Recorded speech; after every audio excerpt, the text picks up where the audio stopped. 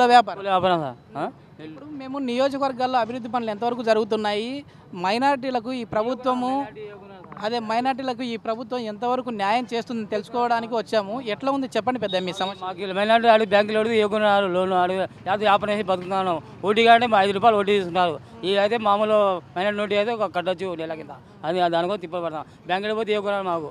బ్యాంకులు పోతే 2 మార్లు అడిగినాము ఏకున్నారు. మైనార్టీలకు పర్సెంటేజ్ ఇస్తున్నారు కదా, అది రావట్లేదు. మీకు రాను సార్. మాకు మైనార్టీ తీసుకున్నది రాకుండా మాకు మా ఇస్తున్నాండి. మాకు ఏదో ఒకటి అది మైనార్టీ అధికారుల దృష్టికి తీసుకెళ్లారా? పోయినాం సార్. అన్నారు వాళ్ళు. అంటే వాళ్ళు అడిగితే వాళ్ళు ఏమంటారు ఇసా అంటున్నారు సార్. పోండి కరెంట్ కూడా వెంటనే ఆఫీస్కి అడిగి మా సాహిబుల మైనార్టీ వాళ్ళు అవి పోతే పోతే బాబులాల్ గారా దానికి కాదు సార్. ఇవి కూడా సార్ మాకు యాదో ఒకటి 50 లోన్లు ఇస్తే మాకు 50 చేసుకోవచ్చు యాదో ఒకటి. దానికి మళ్ళీ ఇప్పుడు ఏ పార్టీ అధికారంలోకి వస్తే మీకు న్యాయం జరుగుతుంది అనుకుంటున్నారు? వైసీపీనా, టీడీపీనా, జనసేన? చెప్పలేం సార్. దేవుళ్ళు వైసీపీకి సంబంధించిన ఎమ్మెల్యే గారు ఉన్నారు చరిత గారు. గౌరీ చరిత గారి పనితీరు ఎట్లా ఉంది? ఎక్కువ రాలేదు సార్. ఎక్కువ ఇక్కడికి రాలేదంట. ఆమె రాకూడదు. గెలిచే అవకాశం ఉందంటారా? ఏం చెప్పలేము. అది దేవుంది. అది మనం టీడీపీకి ముఖ్య నాయకులు ఎవరున్నారు? ఊళ్ళో ఉన్నారు. సుహాన్ అని ఊళ్ళో ఉన్నారు. సాగుల పిల్లడే ఉన్నారు ఊళ్ళో. సార్ ఇక్కడ టీడీపీ గెలుస్తుందా, వైసీపీ గెలుస్తుందా? చెప్పలేము. అది అది కలిసి చెప్పలేము.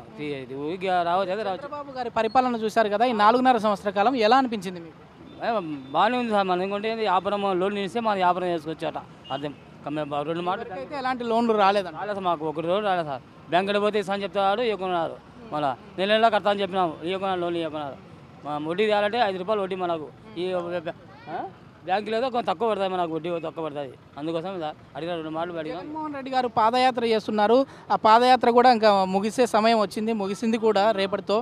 మరి ఆయన ఎంతవరకు గెలిచే అవకాశాలు ఉన్నాయంటారు? అంటే ముఖ్యమంత్రి అయ్యే అవకాశాలు ఎంతవరకు ఉన్నాయంటారు?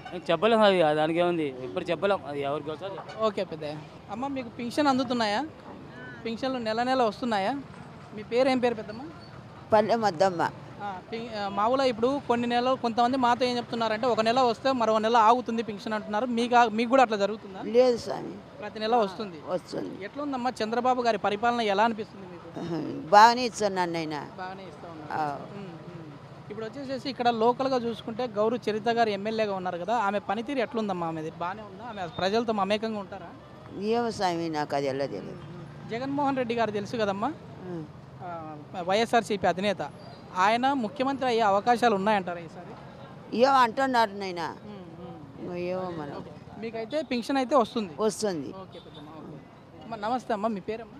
నా పేరు నాగమద్దమ్మ. ఏం చేస్తుంటారమ్మా మీరు? మేము పొలం పని పోతాం. పొలం పనులు చేస్తున్నారు అంటే మామూలుగా ఏందమ్మా, సొంత పొలమా లేదంటే కౌలుకు కూలికి పోతాం. కూలీ రైతులు మీరు. ఎట్లుందమ్మా ఇక్కడ నియోజకవర్గాల్లో అభివృద్ధి కావచ్చు, లేదంటే మీరు చేస్తున్న వ్యవసాయ పనులు కావచ్చు, ఎట్లా జరుగుతా ఉన్నాయి? గిట్టుబాటు ధర వస్తుందా రైతులకి? 100 రూపాయలు ఇస్తారు. 100 రూపాయలు ఇంటి బాడి కట్టుకోవాలా. మేము ఇల్లు లేదు, ఏం లేదు. అంటే మామూలుగా ఇండ్లు కట్టి ఇస్తాము అనేసి అన్నారు కదమ్మా ప్రభుత్వం వారు, టీడీపీ ప్రభుత్వం వారు. ఇన్నిసార్లు పెట్టుకున్నా మాకు ఇవ్వలేదు. బీదర్లోకి ఏం పట్టించుకోకుంటున్నారు. ఇంకా మేమేం పట్టాలు ఇస్తామన్నారు, ఎవరికే కానీ అందలేదు. ఎవరికి అందలే. కలెక్టర్ కాడికి పోయి వచ్చినాం. 2-3 సార్లు పట్టించినా ఎవరు పట్టించుకోలేదు. గారికి చెప్పారమ్మా మీ సమస్య? చెప్పినాం. ఏమన్నదమ్మా గౌరీ చరిత గారు? ఇక్కడ రక్షబంధన అది ఏందో పెట్టినారు కదా, దాన్ని కూడా పోయి ఇచ్చినాము. ఎవరు పట్టించుకోకుంటున్నారు. ఎన్నిసార్లు తిరిగి ఇంకా మేము మానేసేసాం. మళ్ళీ ఈసారి ఇక్కడ ఎవరు గెలిస్తే మీకు న్యాయం జరుగుతుంది అనుకుంటున్నారు? న్యాయం అంటే ఇంకేం చేస్తాను ఆయన, ఎవరికి మీకంటూ ఒకటి ఉంటుంది కదమ్మా, వీళ్ళు సరిగా చేయలేదు కాబట్టి ఇంకొకరు రావాలి అన్నట్లు ఉంటుంది కదా. ఇప్పుడు మనకు ప్రత్యామ్నాయం వచ్చేసేసి చంద్రబాబు గారి తర్వాత ఉన్న పార్టీలు జగన్మోహన్ రెడ్డి గారు ఉన్నారు, పవన్ కళ్యాణ్ గారు ఉన్నారు. వీరిలో ఎవరు వస్తే బాగుంటుంది అనుకుంటున్నారు? జగన్ వస్తే బాగుంటుంది. జగన్ వస్తే బాగుంటుంది. ఎందుకమ్మా? ఎందుకంటే ఇంకా ఆయన చూడాలి కదా. ఆయన చేస్తాడనే నమ్మకం ఉందమ్మా? మంచి ఏమో ఇంకా చెప్పలేము.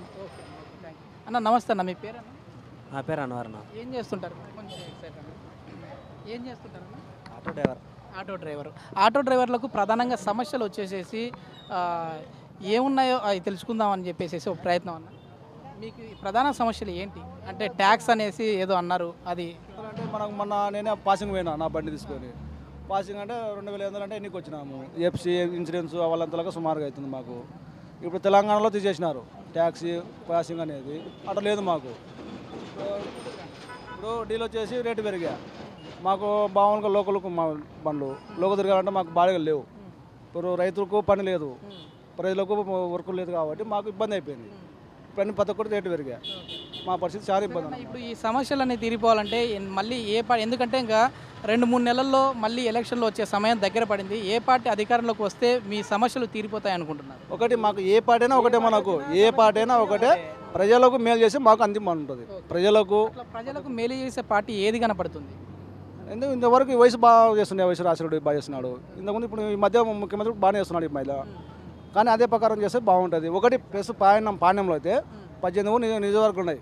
18 ఊర్లకు గాను ఒక అంబులెన్స్ కూడా లేదు పాణ్యంలో. నియోజకవర్గం ఇది ఎమర్జెన్సీ తర్వాత కూడా ఏ రెస్పాన్స్ లేదు. సీరియస్ మ్యాటర్ తీసుకోవాలంటే ఒక ఆటో తీసుకోవాల్సిందే. అంబులెన్స్ చేసి ఎన్నో ఉన్నా అంటారు వాళ్ళు. 2 గంటలకు వచ్చిన తర్వాత వాళ్ళ పరిస్థితి ఏమి? నిన్న నంద్యాల నుంచి వచ్చింది అంబులెన్స్ మామూలు 108లో అన్నారు, అవి అసలు లేదు. పాణ్యం మండలంలో ఒక్కటి లేదు. కానీ చూస్తున్నారు జనాలకు, ఏ నాయకుడు పట్టించుకోకున్నారు. ఏ ప్రజలు ఏ నాయకుడు కానీ అసలు లేదు మాకు. కానీ అది ఆరోగ్యశ్రీ కార్డు ఉంది కదా, అది కానీ ఏమన్నా కానీ లేదు. ఇప్పుడు హాస్పిటల్ ఉంది, హాస్పిటల్ ఎవరు పట్టించుకుంటూ లేరు మాకు. మళ్ళీ రాష్ట్రంలో ఎవరు ముఖ్యమంత్రి అయితే ఈ సమస్యలన్నీ తీరిపోతాయి అనుకుంటాను. ఎందుకంటే నాన్నగారు ప్రవేశపెట్టిన పథకాలను నేను ఖచ్చితంగా అమలు చేస్తాను అని ఈ జగన్మోహన్ రెడ్డి గారు చెప్తున్నారు. చంద్రబాబు గారు అయితే వీటికి కుంటూ వేశారు అని చెప్పేసి కొద్దిమంది ప్రజలు అన్నారు, వైసీపీ నాయకులు అన్నారు. మీ మాటల్లో కూడా అదే తెలుస్తుంది. మరి జగన్మోహన్ రెడ్డి గారు వస్తే నిజంగానే న్యాయం చేస్తారనే నమ్మకం ఉందా మీకు? అంటే ఇప్పుడు ఇంతవరకు అతను చూడలేదు కాబట్టి మనము ఇప్పుడు వచ్చి చెప్పలేము. అది ఉడుగా చేయొచ్చు, చేయలేకపోతున్నాము. ఇప్పుడు అతను చూడలే, సరే ఆయన ఒక అవకాశం చెప్పొచ్చులేము. ఇంతవరకు వాళ్ళ ఆయన చేసినాడు, బాగా మంచి పనులు చేసినాడు. ఏ పార్టీ ఈ పార్టీ అని లేదు మాకు. ప్రజలకు ఎవరు మేలు చేసుకుంటే మాకు ఆ పార్టీ మేము. ఈసారి ఇక్కడ చూసుకుంటే వైసీపీ బలం పెరిగింది అని చెప్పేసి వారు అంటున్నారు. ఎందుకంటే కాడసాని రాంభూపాల్ రెడ్డి లాంటి వ్యక్తి కూడా బలమైన నాయకుడు వైఎస్ఆర్ కాంగ్రెస్ పార్టీలో చేరారు కాబట్టి వైసీపీ బలం పెరిగింది అంటున్నారు. మరి ప్రజలు ఏమంటున్నారు? ఇప్పుడైతే ప్రస్తుతానికి అయితే భూపాల్ రెడ్డి అనుకుంటున్నారు. ఎమ్మెల్యే టికెట్ వైసీపీ నుంచి గౌరవ్ చరిత గారికి ఇస్తే బాగుంటుందా, రాంభూపాల్ రెడ్డి గారికి, కాడసాని రాంభూపాల్ రెడ్డి గారికి ఇస్తే బాగుంటుంది? అంటే అది మన పార్టీ గురించి మనకు అనుకోలేదు. కాడసాని రాంభూపాల్ రెడ్డి గారికి ఎంపీ బరిలో దించితే ఆయన గెలిచే అవకాశాలు ఎంతవరకు ఉన్నాయంట? అంటే అది ప్రజలు తెలుసుకోవాలి కానీ మనకి మన అభిప్రాయం ఏంటన్నా, అంటే మన నియోజకవర్గానికి సంబంధించి అనుకూలంగా ఉండాలి. మనకు ఏ నాయకుడైనా కానీ ప్రజలకు మేలు చేసేది కావాలబ్బా. మాకు నేను ఒకటి ఏ నాయకుడు మేము అడగాలనుకుంటాం. మేము ఆటో వాళ్ళము వచ్చేసి 52 మంది ఉన్నాం లోకల్ తిరిగే పనులకు. మాకు ప్రెషర్ చేసి అంబులెన్స్ కావాలా. ఒక మండలంలో ఏ సీరియస్ జరిగిన 10 నిమిషాలు అంబులెన్స్ రావాలి మాకు. మొత్తం మీద గతంలో రాజశేఖర రెడ్డి గారు ప్రవేశపెట్టిన పథకాలు ఏవి కూడా ఇప్పుడు మాకు ఇక్కడ అందడం లేదు. రాబోయే రోజుల్లో ఒకవేళ జగన్మోహన్ రెడ్డి గారి పరిపాలన వస్తే చూస్తే బాగుంటుంది. కానీ మేము ఏ పార్టీ వ్యక్తులం కాదు, సామాన్యులము. ఏ పార్టీ వచ్చినా సరే అది ప్రజలకు అందుబాటులో ఉండే పార్టీ అయితే బాగుంటుందని చెప్పేసి ఇక్కడ ఉన్న సామాన్యులు అభిప్రాయపడుతున్నారు. అలాగే మనతో మరికొద్ది మంది సామాన్య జనాలు ఉన్నారు, వారి అభిప్రాయాన్ని కూడా సేకరించే ప్రయత్నం చేద్దాం.